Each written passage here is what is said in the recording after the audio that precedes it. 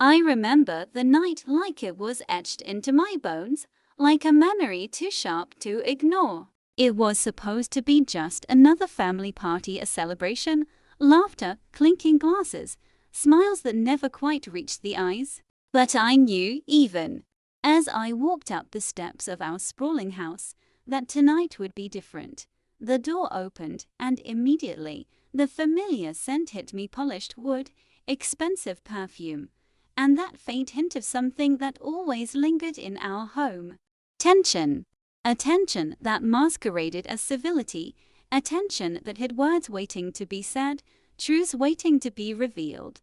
"Finally, you're here," my mother said, her voice like silk, her smile practiced. But I could see it, the slight tightening around her eyes, the forced sheer that didn't quite fit. I smiled back, nodded, pretending nothing had changed. The living room was already filled with people. Cousins chatting animatedly, aunts and uncles sipping wine, cousins laughing at jokes I didn't hear. The chandeliers sparkled above, casting light on polished floors, crystal glasses, and expensive suits. Everything looked perfect. Everything looked normal, but I knew better.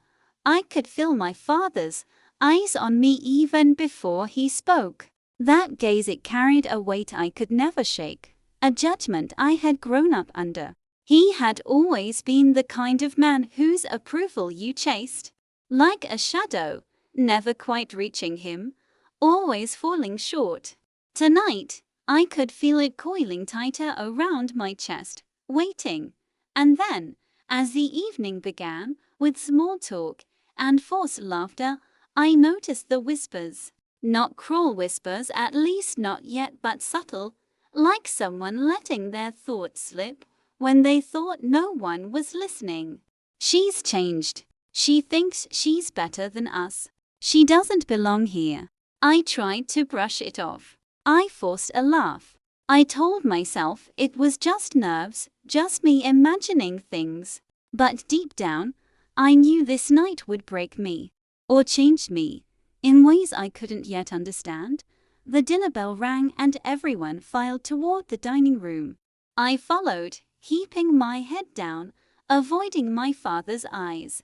But he didn't need to speak to make me feel small. His presence alone was enough. The way he carried himself, the sharp precision of his movements, the quiet authority that demanded obedience.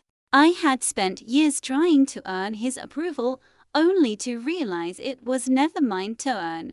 We sat, the clatter of cutlery filling the gaps in conversation. My mother poured wine into glasses, smiling at each guest. My father sat at the head of the table, a king in his domain. And then it happened. He looked at me, his gaze piercing, unwavering. And he said it. "You've ruined our lives. You're a burden." The words hung in the air, heavier than the chandeliers above. I froze. My fork slipped from my hand, clattering against the plate. Laughter around the table continued, oblivious to the storm that had just erupted in my chest. My heart pounded, my throat constricted, and for a moment, the world narrowed to just that voice, that sentence, that condemnation. I wanted to vanish. I wanted to scream. I wanted to do anything but sit there, swallowed by humiliation. But I didn't. I forced a smile, a laugh that didn't reach my eyes. I'm sorry," I muttered, my voice barely audible. My father didn't soften. He never did. And my mother's eyes, usually a haven, looked away. That night, I realized something I had always suspected, but had never admitted. The people who were supposed to love you most could also hurt you most. As the night dragged on, the party continued around me. Guests laughed, glasses clinked, music played, and I sat there, a smile plastered on my face, while inside, a fire began to grow, a fire that whispered, "This isn't over. It will never be over." I went to my room later, pretending to be tired, pretending I just needed a moment alone. I sat by the window, looking out at the garden bathed in moonlight, and let the tears come. Not the quiet, soft tears of sadness, but the kind that burn through you, the kind that plant seeds of something stronger: anger, determination, a desire for justice, or maybe revenge. Because in that moment, I knew the family I had loved, the family I had trusted, they had turned against me. And if they thought they had broken me, they were very wrong. I didn't know what I would do yet. I didn't know how far I would go. But I knew one thing with absolute certainty: nothing would ever be the same again. And that was the beginning of everything. The night wore on, but for me, time had fractured. Each laugh, each toast, each clinking glass felt like shards of glass, scraping against my nerves. I tried to participate, tried to act as if my father's words hadn't landed like a hammer to my chest, but it was impossible. Every smile I forced felt hollow. Every nod I gave felt like betrayal to myself. Dinner had ended, but no one left the table. Conversations moved from trivial pleasantries to the subtle art of judgment, the kind families perfect over generations. Someone praised a cousin's new job. My father's eyebrow twitched imperceptibly. Someone mentioned a trip abroad. He muttered something about wastefulness. Every word, every gesture was a test, a trap, and I was the one stumbling blindly through it. Then it happened. One of my cousins, a smug boy who always seemed to enjoy others' discomfort, leaned over and whispered loud enough for half the table to hear. I didn't know she even had a job, or that she could handle real responsibility. I felt every eye turn toward me. My cheeks burned, my hands trembled, and I realized that the world had become a spotlight, with me at the center of judgment. My father's lips curled, not a smile, not exactly, but a look that made the pit of my stomach twist. Approval, no satisfaction. Perhaps I wanted to shrink, to disappear under the table. But I didn't. I forced my hand to pick up the glass of water in front of me, fingers shaking, trying to anchor myself in something ordinary. My life isn't about proving anything to you, I said quietly, more to myself than anyone else. My father's gaze snapped toward me, sharp and calculating, as if he had just been waiting for this moment to strike. Careful, he said softly, but the weight behind it was enough to silence the room. You're not in control here. You never have been. It wasn't the words alone, it was the way he said them. Calm, measured, but venomous. Like a snake coiled, ready to strike if I dared move the wrong way. I felt my mother's hand brush mine under the table, a faint attempt at comfort. But it was half-hearted, hesitant, like she wasn't sure if she was allowed to support me openly. Family rules, unspoken and brutal, dictated loyalty to him, not me. Later, the party moved to the living room. Music played softly in the background. Some guests had begun to dance, laughter ringing louder than my pulse. I wandered to the balcony, hoping for a moment of peace. The cool night air kissed my skin, carrying with it the faint scent of jasmine from the garden below. For a brief moment, I let myself breathe, but peace didn't last long. From behind, a voice cut through the night like a knife.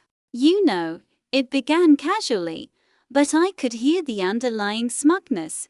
People have been talking about you, about your mistakes, your failures. I turned. It was my older cousin, the one who always wore the perfect mask of politeness, but whose eyes glimmered with malice. Don't bother defending yourself, he continued. It's kind of fun watching you squirm. I wanted to scream, to lash out to tell him he had no right, but I didn't. I smiled, tight and brittle, and turned back toward the railing. My chest burned, my hands clenching and unclenching, but something else was growing inside me, something cold, precise, a seed of strategy, a spark of revenge, because in that moment, I realized something crucial. No one here was on my side. Not my father, not my cousins, not even my mother fully. And if I didn't protect myself, no one would. I retreated back inside, feigning calm, my mind already racing. And then, by accident or maybe fate, I saw it. A folder carelessly left on my father's desk in the study. Papers spilling out, documents half hidden, a glimpse of something forbidden. I didn't touch it yet, but my curiosity ignited. What could he be hiding that even this party, with all its smiles and music, could not conceal? The party carried on, oblivious to my discovery. Glasses raised, compliments exchanged, laughter echoing through the house. But for me, the world had changed. My father's words had cracked a dam I didn't know existed, and behind that dam, waters of anger, hurt, and determination were beginning to surge. I found myself smiling later, a smile that no one noticed. It wasn't a happy smile. It wasn't even a victorious one. It was the smile of someone who had glimpsed a way forward, someone who understood that tonight was not the end, it was only the beginning. The night ended with hugs, polite farewells, and the faint aroma of expensive perfume lingering in the hall. I walked to my room, dragging my feet, my mind racing. The folder, the documents, the secrets, they were there, waiting for me to decide what to do next. And as I lay in bed that night, staring at the ceiling, I whispered into the darkness.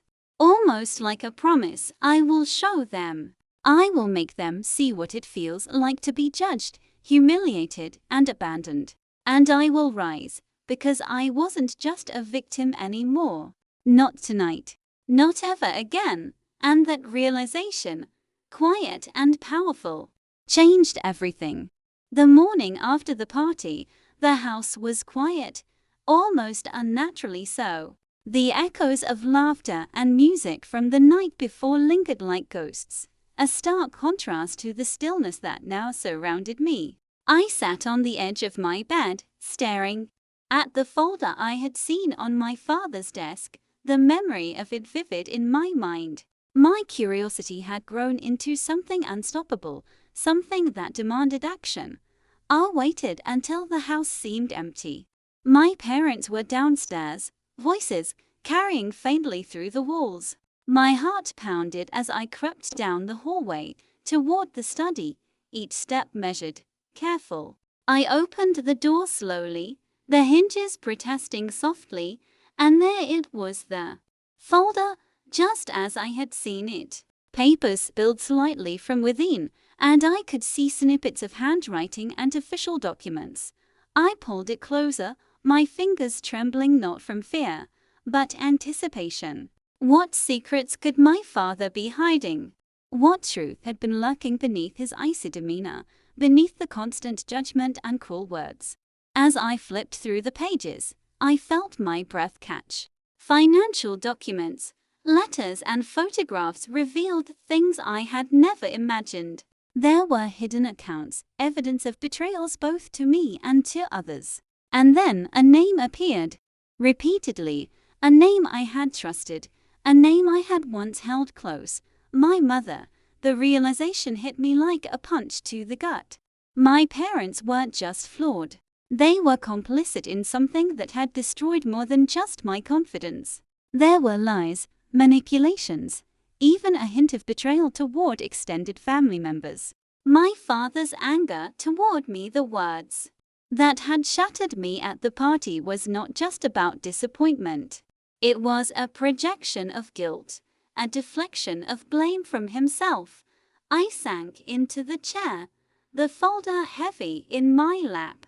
I felt a strange mix of emotions: anger, hurt, disbelief, but most of all clarity. For years, I had been stumbling in the dark, trying to earn love that was conditional, trying to fit into a family that never wanted me to. And now I had proof. Proof that they were flawed. Proof that I was not the burden they claimed. My mind raced with possibilities. What could I do with this information? How could I expose the truth without becoming the villain in their eyes? Revenge didn't have to be violent. It could be precise, subtle, devastating in ways they would never see coming. I spent hours poring over the folder, piecing together a narrative that connected the dots of years of deception. Every document, every photo, every letter told a story of manipulation, of control, of betrayal. And as I absorbed it, the anger inside me solidified into purpose. But I also realized I had to be careful. One wrong move, and I could ruin everything, not just for them, but for myself. I had to plan meticulously, to think several steps ahead. Revenge, I understood now, was not about rage. It was about strategy, patience, and timing. That night, I began to draft my plan. I would gather evidence, observe behaviors, and wait for the perfect moment to strike, not physically, but emotionally, socially, in ways that would make them confront the truth of their actions. I would not become like them. I would be smarter, sharper, more calculated, and yet, beneath the planning, beneath the cold logic, there was a part of me that still ached. The part that had hoped for a normal family, for love that was unconditional, for approval that would never come. That ache fueled my determination. It reminded me of the stakes, of the cost of failure. Days turned into weeks, and my investigation continued. I watched, I listened, I collected. Every casual remark, every hidden email, every hushed phone call became a piece of the puzzle. And with each discovery, my confidence grew. My father's facade of control began to show cracks. And I could feel it, the shift in power, subtle but undeniable. The folder had become my weapon, but not in the way anyone expected. It was not about blackmail or threats. It was about knowledge, and knowledge, I realized, could be far more dangerous than anger. By the time the next family gathering approached, I was ready, not fully, but enough to test the waters, to plant seeds of doubt, to let them feel a fraction of the scrutiny I had endured. The fire inside me had grown from a spark into a steady flame, one that would not be extinguished. And as I prepared myself, standing in front of the mirror, rehearsing smiles that hid storms and words that carried double meanings, I whispered to my reflection, "This is only the beginning. They will see me not as the burden they claimed I was, but as the force they never anticipated. The daughter they thought they could control was gone. What remained was someone they would fear, someone they could not predict, someone who was finally awake. And when they finally understood the truth, when the full weight of their secrets came crashing down around them, they would know exactly what it felt like to be judged, humiliated, and abandoned the same way I had been. But for now, patience, observation, precision, because revenge, I realized fully in that quiet night, is an art, and I was ready to become its master. Weeks passed, but the house never truly felt like home again. Every conversation, every glance, every casual remark felt like part of a larger game, a game I was finally learning to play. I moved carefully, deliberately, observing. Every member of my family had a role, a mask, a secret. And I had found the cracks in each mask. I began subtly, almost imperceptibly, testing the waters. During family dinners, I would ask casual questions, the kind that seemed innocent, but hinted at truths no one wanted to confront. "Oh, by the way," I said one evening, eyes fixed on my father, I was looking at the house accounts. I noticed a few unusual transactions. He tensed, just barely, but I saw it. The tightness in his jaw, the flicker of worry in his eyes. My mother quickly intervened, laughing lightly, trying to diffuse the moment, but I let the seed be planted. Curiosity, guilt, suspicion, they were taking root. I began keeping notes, documenting behaviors, subtle lies, little inconsistencies. Every whispered conversation I overheard, every suspicious glance I caught, became ammunition not for confrontation, yet, but for the slow, inevitable unraveling. The family began noticing subtle changes in me. I wasn't hiding my intelligence or wit anymore. I wasn't shrinking to accommodate their judgments. I spoke with confidence, smiled with knowingness, and laughed at things they couldn't understand. They didn't know it yet, but I was observing, calculating, and they were exposing themselves without realizing it. One afternoon, I found myself alone with my younger cousin, the one who had always been kind, naive, unaware of the tensions that ran deep. "You're different now," he said quietly, looking at me with a mixture of fear and admiration. "It's like you see everything." I smiled, letting him think it was intuition or coincidence. "Sometimes," I said softly, "you just have to pay attention. People tell you more than they realize." That night, during a small family gathering, I executed my first deliberate move. I accidentally left one of my father's documents in the living room where it could be seen. It wasn't anything damning on its own, just a carefully chosen snippet enough to raise questions, to make him aware that someone else might know, someone might be watching. The effect was immediate. My father's composure faltered ever so slightly at dinner. He cleared his throat, a nervous tick I had never noticed before, and my mother's eyes darted toward me, full of silent questions. I smiled inwardly, allowing them to stew in the uncertainty I had created. Over the next few days, subtle tensions began to grow. Family members whispered behind closed doors, speculating, wondering, doubting.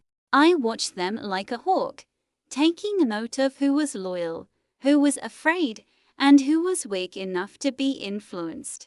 Every conversation became a chessboard, every glance a move. Then, the first real crack appeared.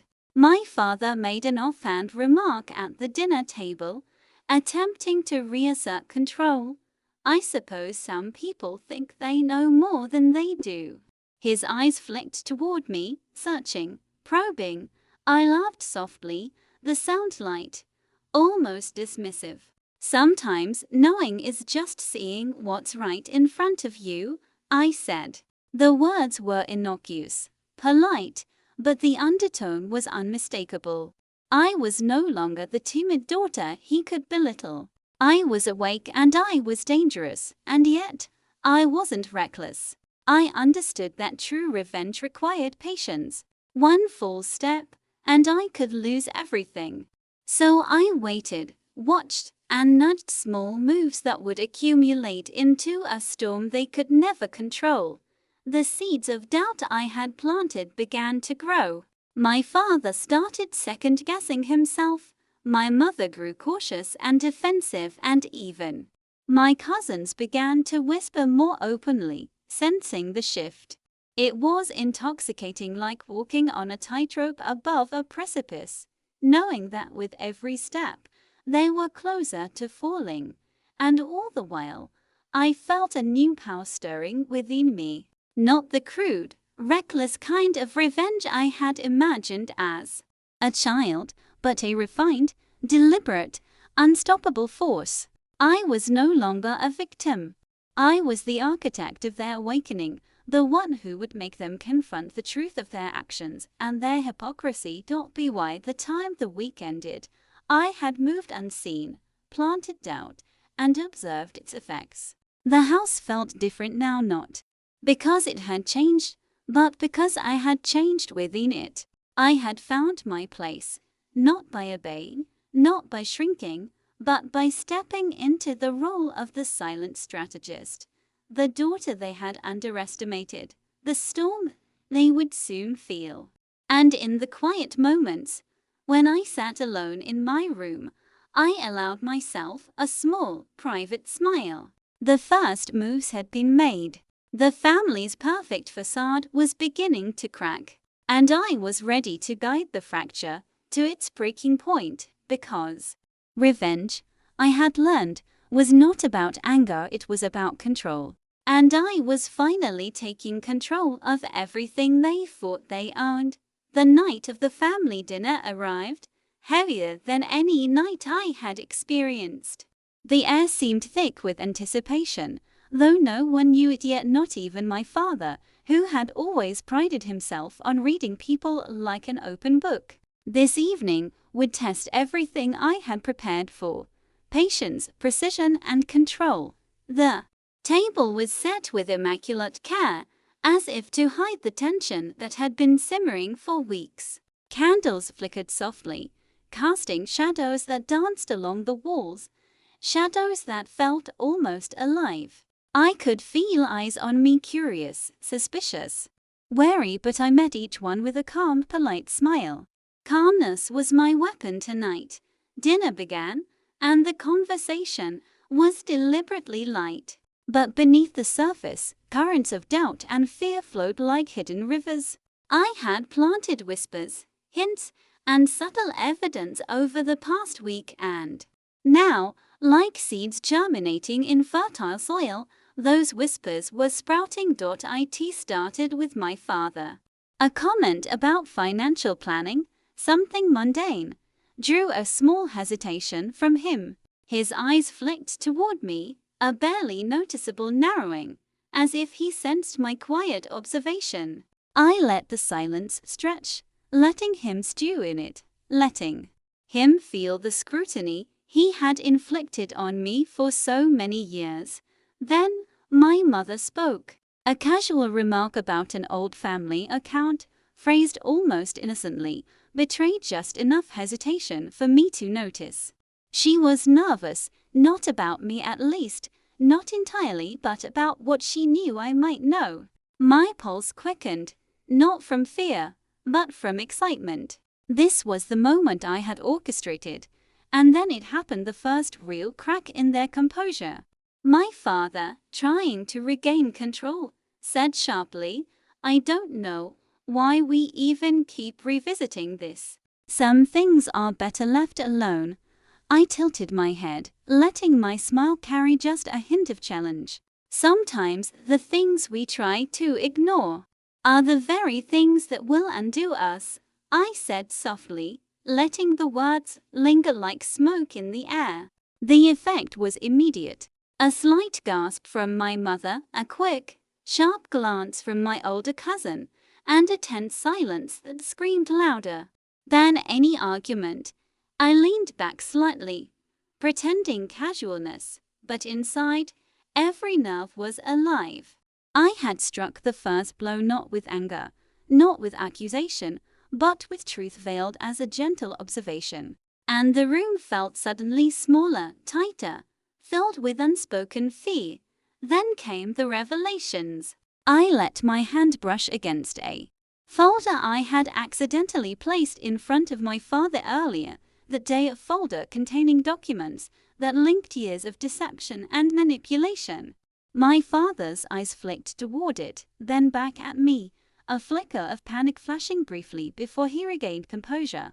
I spoke lightly, almost as if mentioning a trivial detail. I was reviewing some of these old accounts. I was surprised by a few inconsistencies. My voice was calm, steady, but beneath it lay a current of undeniable accusation. The room froze. My father's fork clattered onto his plate. My mother's hands trembled ever so slightly. Even my cousin stiffened, unsure whether to laugh, intervene, or retreat. I smiled gently. Control, I realized, was intoxicating. And then came the twist, the revelation I had not fully anticipated. My youngest cousin, the one I had always thought innocent, spoke up. "I saw those emails," he said quietly, looking directly at my father. "The ones you thought we'd never find out about. I don't know what to do with them." But his words trailed, heavy with implication, panic, disbelief, rage. My father's composure shattered, tiny cracks forming along the surface of his carefully constructed authority. My mother's attempt to intervene only made it worse, her own guilt evident in every hesitant gesture. I leaned forward slightly, my eyes never leaving my father's, and spoke clearly. The truth has a way of coming out, no matter how deeply it's buried. Pretending it doesn't exist won't protect anyone. The room was silent. Even the faintest background noises seemed muffled, as though the house itself held its breath. And for the first time, I saw him, the man who had belittled me, humiliated me, tried to make me feel small, exposed, vulnerable, fearful. But I didn't gloat. I simply observed, calm and patient, letting the weight of the truth settle around them. Revenge, I had learned, wasn't about shouting or dramatic confrontations. It was about control, precision, and timing. And tonight, I had just taken the first major step. By the time the dinner ended, the family's perfect facade had begun to crumble. Subtle glances, whispered conversations, and tense silences replaced forced smiles and casual laughter. I walked away from the table, heart steady, mind racing, not with anger, but with satisfaction. The storm had begun, and I was guiding it. Later, in the quiet of my room, I allowed myself a small, private smile. I had turned the first tide. They had felt the first sting of doubt, the first crack in their control. And I knew, deep in my bones, that the next moves would only grow more powerful, more precise, and ultimately, more devastating. Revenge, I realized fully in that night of subtle triumph, was not a single act. It was a series of waves, each one building on the last until the entire foundation of deceit they had built came crashing down. And I was the one holding the tide? I whispered into the darkness, my voice steady, resolute. This is only the beginning. They have no idea what's coming next. The morning after that dinner, the house felt different. Not outwardly, at least not to any casual observer, but the air was thick with unease. Every glance carried suspicion, every word seemed weighed with meaning. The carefully constructed walls of my father's authority were cracking, and I could feel it vibrating through the house like an unsteady heartbeat.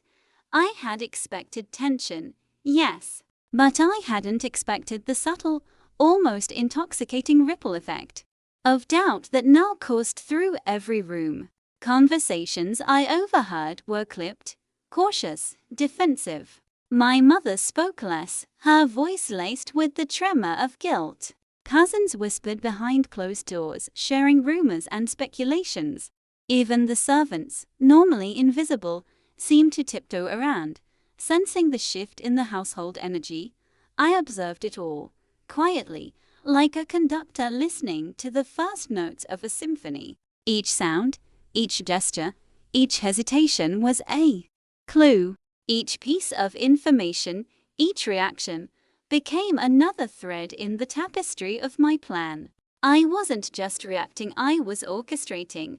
That afternoon, I found an opportunity I hadn't anticipated.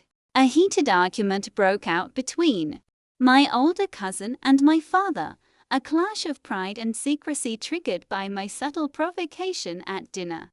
I hadn't planned for it, but I allowed it to unfold, letting each word cut sharper than any weapon. Their voices raised in the hallway, echoes of rage and fear bouncing off the walls.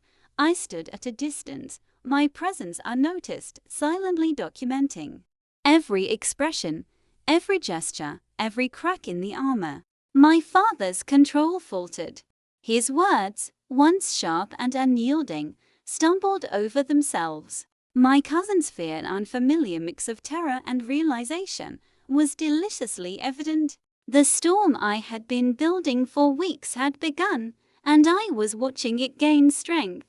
With perfect clarity, then, the twist I had hoped for but hadn't yet engineered occurred.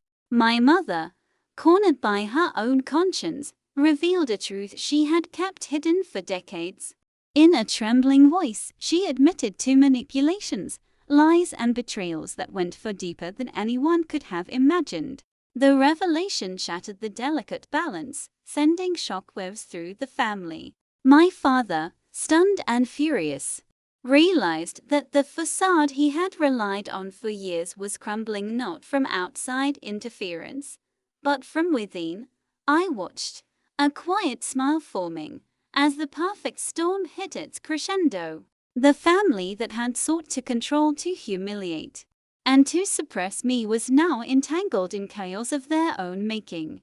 Every secret, every hidden betrayal, every lie was now exposed, and I had the privilege of observing it unfold without ever lifting a finger. That evening, I walked through the halls with the calm of someone who had seen the outcome before it happened. The household was tense, fragile, unbalanced. My father avoided my gaze, his usual dominance replaced by thinly veiled anger and fear.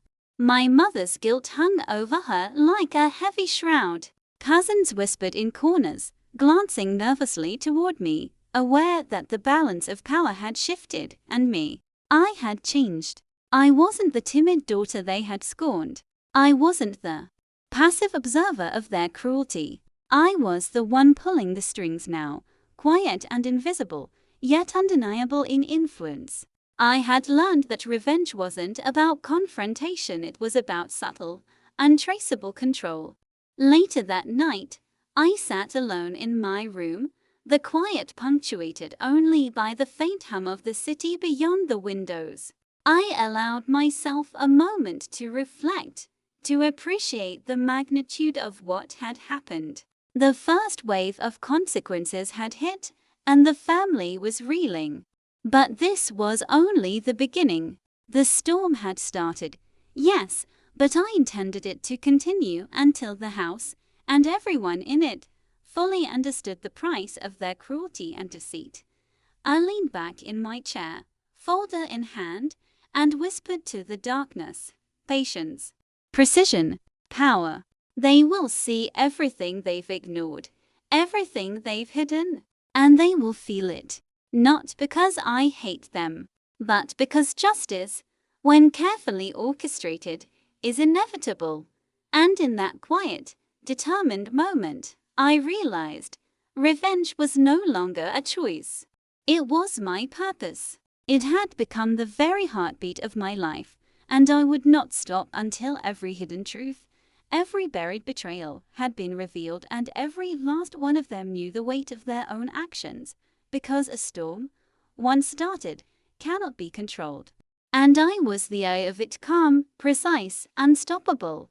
The night air was heavy with anticipation. I knew that tonight, everything, the months of observation, the subtle manipulations, the carefully planted doubts, would come to a head. The family that had tried to control me, belittle me, and make me feel like a burden was about to confront the storm they had unknowingly invited.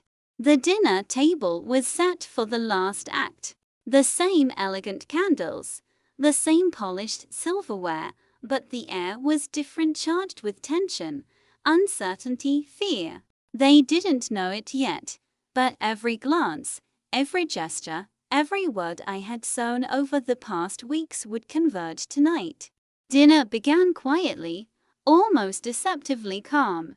I spoke sparingly, my words light, polite, but every phrase carried layers of meaning.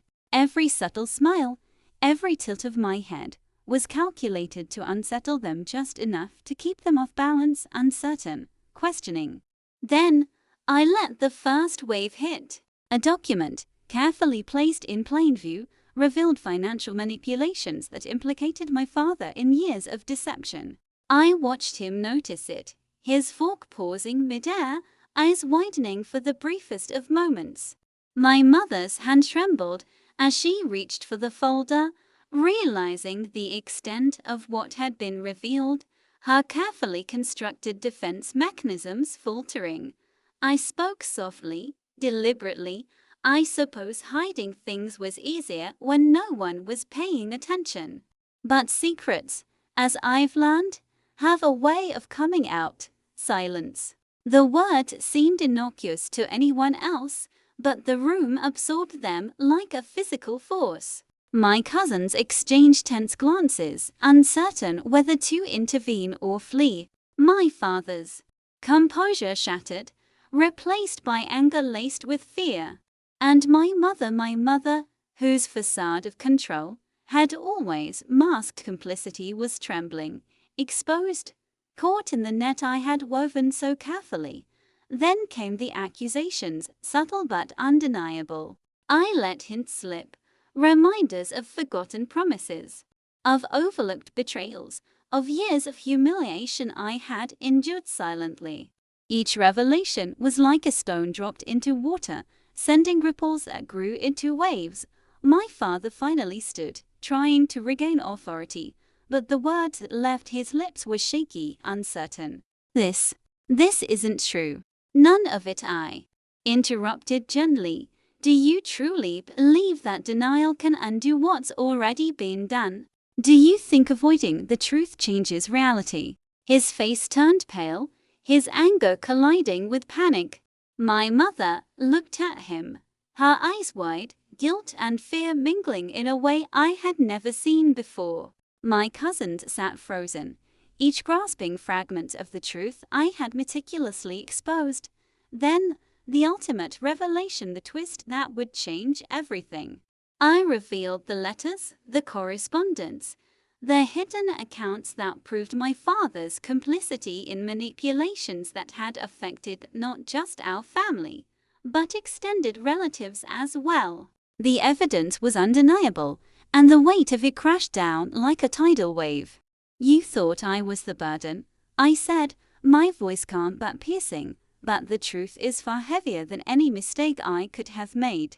The burden was yours, your lies, your deceit, your cruelty. And now it's visible for all to see.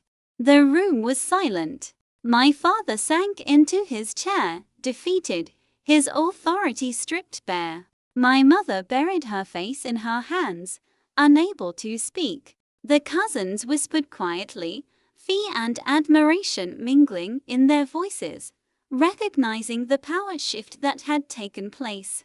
And I felt it, the culmination of months of careful planning, of patience, of strategy. I was no longer the timid, belittled daughter. I was the orchestrator, the storm, the force that had revealed every hidden fault, every buried betrayal. And I knew, deep in my soul, that nothing would ever be the same. Later, alone in my room, I allowed myself a quiet sigh. The confrontation had ended, the truth laid bare, the house forever changed. But revenge, I realized, was not the destruction of others, it was the reclamation of self. And tonight, I had reclaimed mine. I looked out the window, the city lights sparkling like distant stars, and whispered into the night, this is my victory, not in anger, but in truth. They will remember this, not because I destroyed them, but because I made them face themselves. And in that reflection, I have risen. The daughter they once tried to break had become something they could not contain, something unstoppable, something free. And that freedom, painful, precise, and powerful, was mine alone. The morning after the confrontation, the house felt hollow, like the walls themselves had absorbed the tension and shame of the night before. No one spoke loudly. No one laughed. Even the clatter of dishes seemed muffled, cautious, as if afraid of breaking the fragile silence that now held the household captive. I moved through the rooms with deliberate calm, observing. My father sat at the breakfast table, staring blankly at the newspaper, though I knew he wasn't reading it. His hands trembled slightly as he poured coffee, a stark contrast to the confident authority he had wielded for decades. My mother, usually the orchestrator of peace, lingered in the kitchen, her eyes downcast, her movements slow and uncertain. She avoided meeting mine, though I knew she could not escape the awareness of the power shift. Even my cousins, once brash and self-assured, tiptoed through the house, whispers trailing behind them like fragile shadows. They no longer laughed freely. They no longer exchanged conspiratorial glances without fear. The invisible structure of control my father had held was gone, and the vacuum I had created was palpable. I didn't gloat. I didn't need to. The tension, the fear, the uncertainty, they spoke louder than any words I could utter. I had learned that true power is not in shouting or proving oneself, it is in the quiet certainty that everyone else now lives in your shadow. Later, I retreated to my room, the folder of secrets now carefully organized on my desk. I had spent months gathering evidence, planting seeds of doubt, and subtly guiding the family toward this moment. And now that it had arrived, I felt something I had not expected. Not elation, but a profound clarity. Revenge, I realized, was not simply about exposing others. It was about reclaiming oneself, about redefining the boundaries they had tried to impose, and about showing not through anger, but through strategy that control had shifted. I thought back to the moments of humiliation at the party, to the sharp words that had cut deep. You've ruined our lives. You're a burden. Those words had once defined me, weighed me down, and made me question my worth. But now, in the quiet aftermath of exposure, they felt like echoes from another life, a life that no longer existed. The family, of course, would rebuild. They would recover, adapt, and perhaps even attempt to regain their former dominance. But the truth they had tried to bury would remain. The cracks in their facades would never fully heal, and I would always be the one who had revealed the storm within.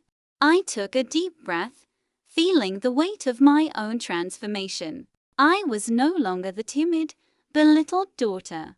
I was the strategist, the observer, the force that had shifted the balance. I had learned patience, precision, and the power of knowledge. And in that learning, I had found freedom. As evening fell, I walked through the quiet halls one last time, pausing in front of the living room where shadows of the night's revelations still lingered. I allowed myself a small, private smile. The revenge I had sought was not rooted in malice, it was rooted in truth, in justice, in the reclamation of what had been stolen from me, my voice, my confidence, my self-respect. And in that quiet triumph, I understood something vital. Revenge is not the end. It is the beginning of seeing the world clearly, of understanding power and control, and of stepping fully into one's own strength. For the first time in years, I felt light, not because the storm had passed, but because I had learned to master it. And I knew that, no matter what came next, I would face it with clarity, confidence, and the unshakable knowledge that I had finally reclaimed myself. Days turned into weeks, and the house never returned to the same rhythm it once had. The echoes of the confrontation still lingered in every room, like invisible fingerprints left behind by truth. My father no longer commanded authority with the same effortless dominance.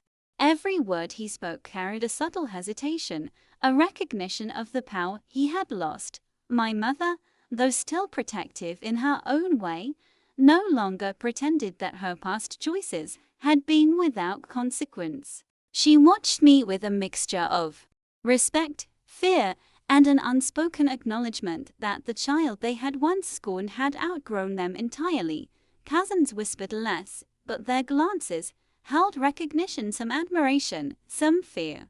They understood, even if they would never admit it, that the balance of control had shifted irrevocably. The family dynamics, once rigid and suffocating, were now fluid, unstable, and undeniably altered.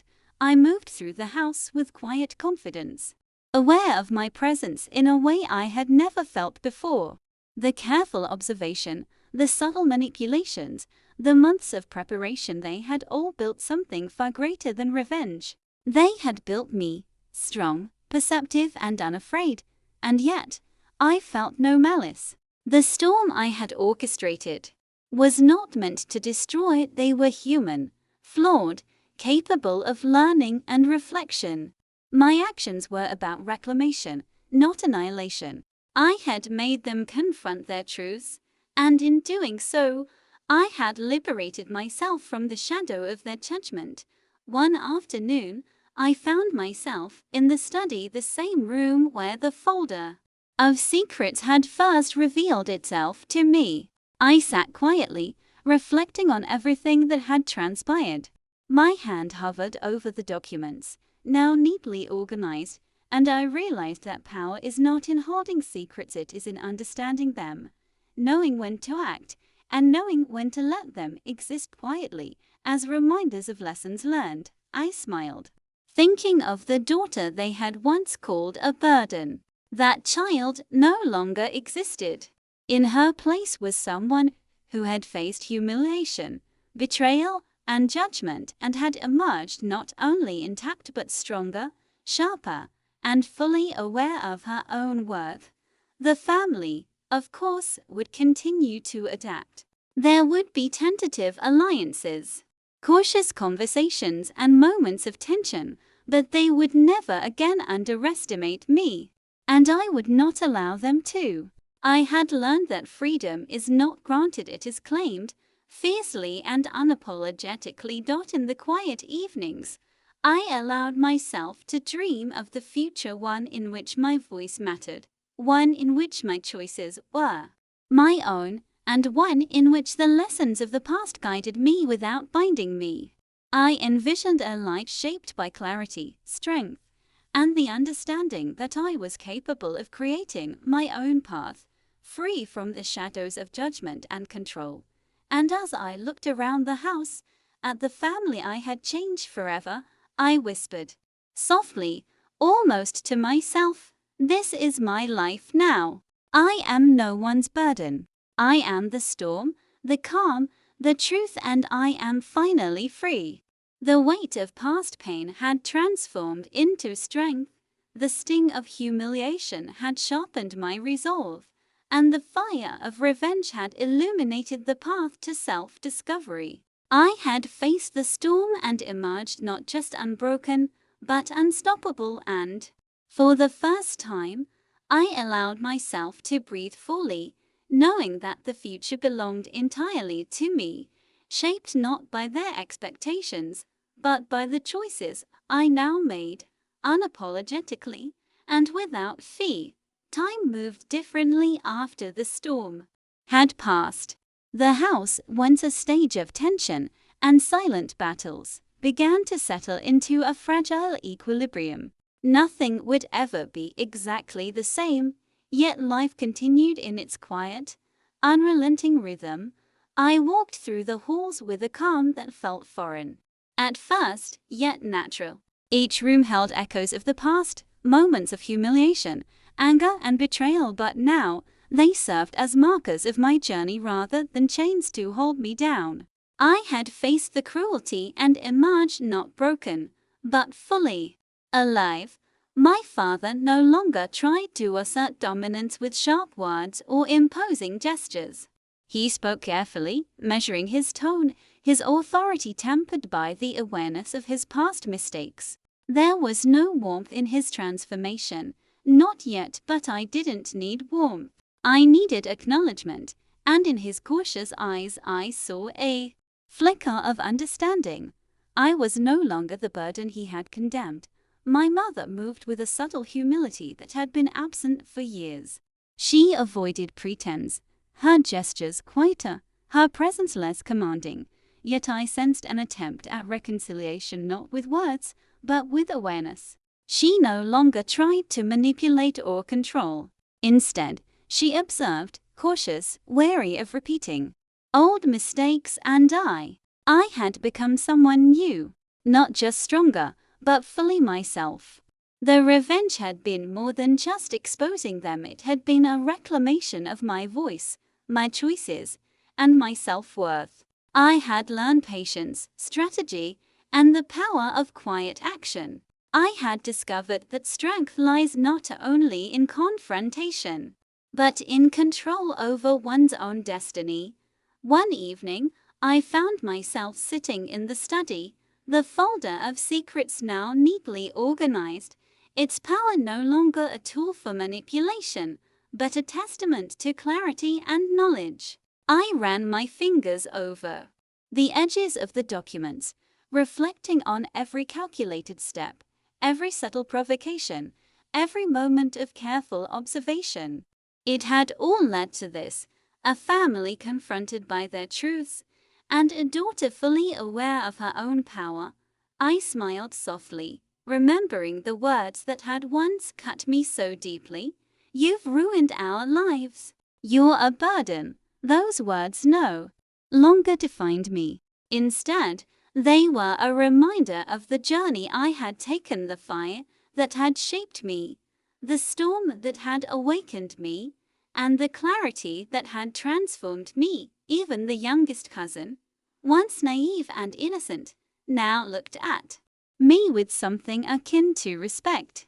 He saw, without words, that strength and intelligence do not always announce themselves loudly. They often operate quietly, patiently, with unshakable resolve.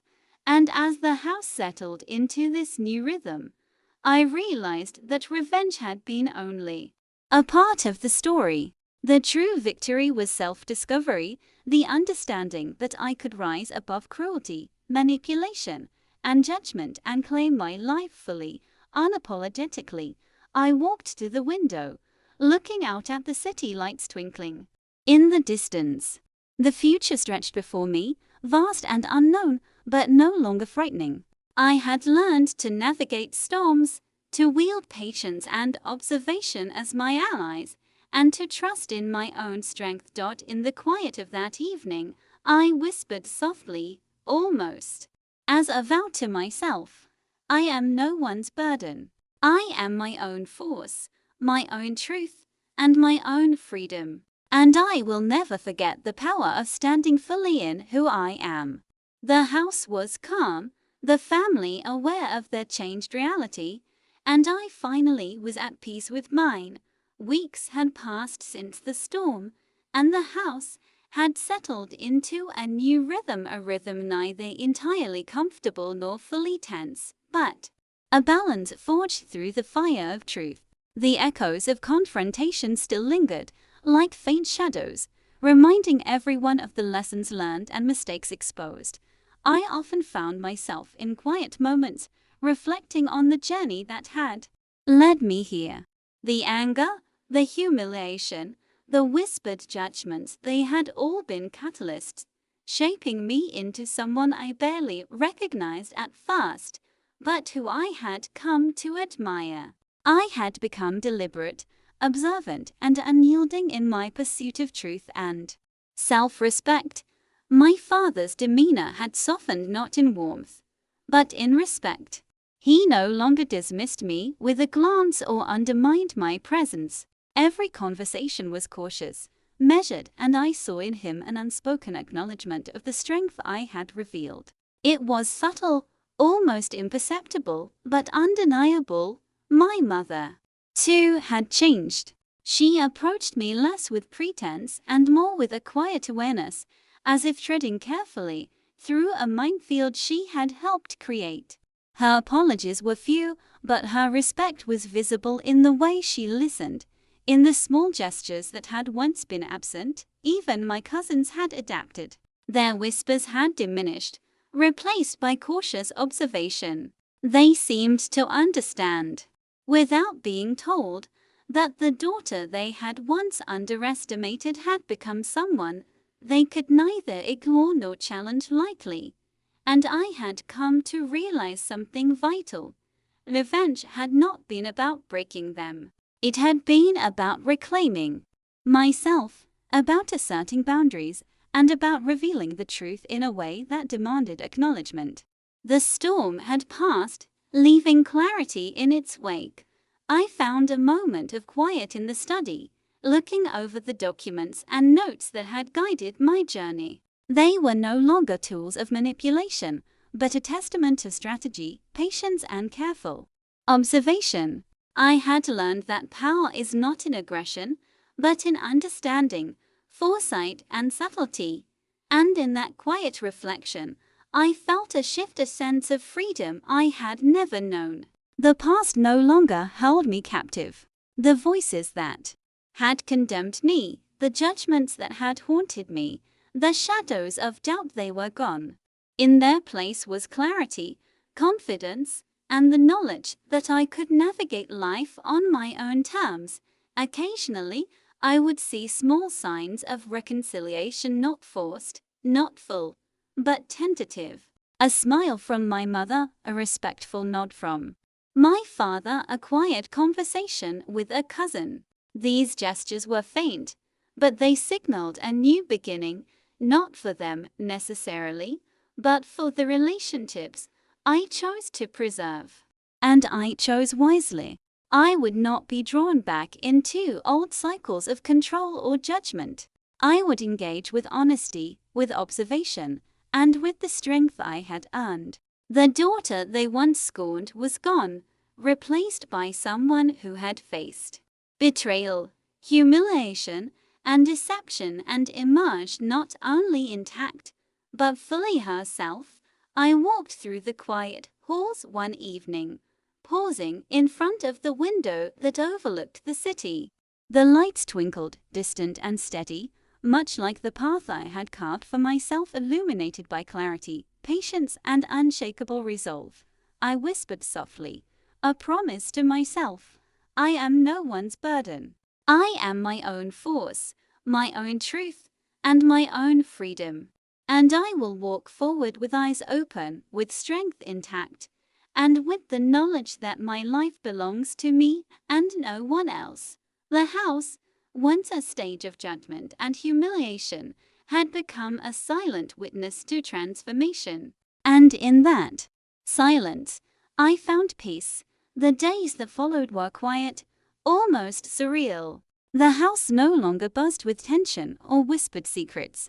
It was a place transformed, not by apologies alone, but by the undeniable truths that had been laid bare. The echoes of the past lingered, but they no longer held power over me. I moved through the halls with ease, my presence unchallenged, my voice unshaken. I had faced humiliation, betrayal, and disdain, and had emerged stronger, sharper, and undeniably free. Every glance I received from my family carried acknowledgement, subtle yet unmistakable. I was no longer the daughter they had underestimated, nor the burden they had once condemned. Revenge, I realized fully now, was never about hatred. It was about reclaiming what was always mine: my dignity, my voice, my self-respect.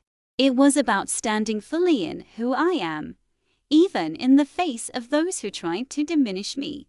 The lessons were clear. Patience is strength. Observation is power. Knowledge, carefully gathered and strategically applied, is a force that cannot be ignored. And above all, the courage to act when the moment is right transforms fear into freedom. I spent quiet evenings reflecting, walking through rooms once filled with whispered judgments, now filled with a calm acknowledgement of change. My father had retreated into thoughtfulness, his words measured, his authority tempered by awareness. My mother moved carefully, aware of the consequences of past actions, offering subtle gestures of respect without pretense. Even my cousins, once playful and naive, now regarded me with a quiet understanding that strength can exist in silence and patience, and I had grown beyond them, beyond the limitations they had imposed, beyond the words that once cut so deeply. "You've ruined our lives. You're a burden." Those words had haunted me, fueled my anger, and ultimately guided me toward transformation. They no longer defined me, they were reminders of what I had overcome. Looking out the window one evening, the city lights glimmered like distant stars, each one a testament to the possibilities that lay ahead. I realized that life, like the lights, was vast, unpredictable, and beautiful, and it belonged to me. I could choose my path, shape my destiny, and embrace freedom without fear. I whispered into the night, softly but firmly, "I am no one's burden. I am my own force. I am my own truth. And I will live with courage, clarity, and strength always." The storm had passed, leaving not destruction, but transformation. I had faced cruelty, manipulation, and humiliation, and I had emerged whole, unshaken, and unstoppable. The family had learned their lessons, consciously or not. I had learned mine, deliberately and profoundly, and in that quiet victory, I understood the final truth. Power is not about forcing others to kneel, it is about standing fully, unapologetically, and reclaiming the life that is rightfully yours. The daughter they had once scorned was gone. In her place stood someone who had weathered the storm, faced the darkness, and emerged not only unbroken but luminous, aware and free. And that freedom, precise, powerful, and unyielding, was mine forever. Thanks for watching. Hoped you liked it. If you watched till the end, please comment revenge. What do you want to hear from us in next video?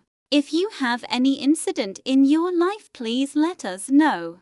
We would love to share your story. Before leaving, please hit the subscribe button, comment your thought, and share with your nearest and dearest one. See you in the next one. Until to the next one, stay happy.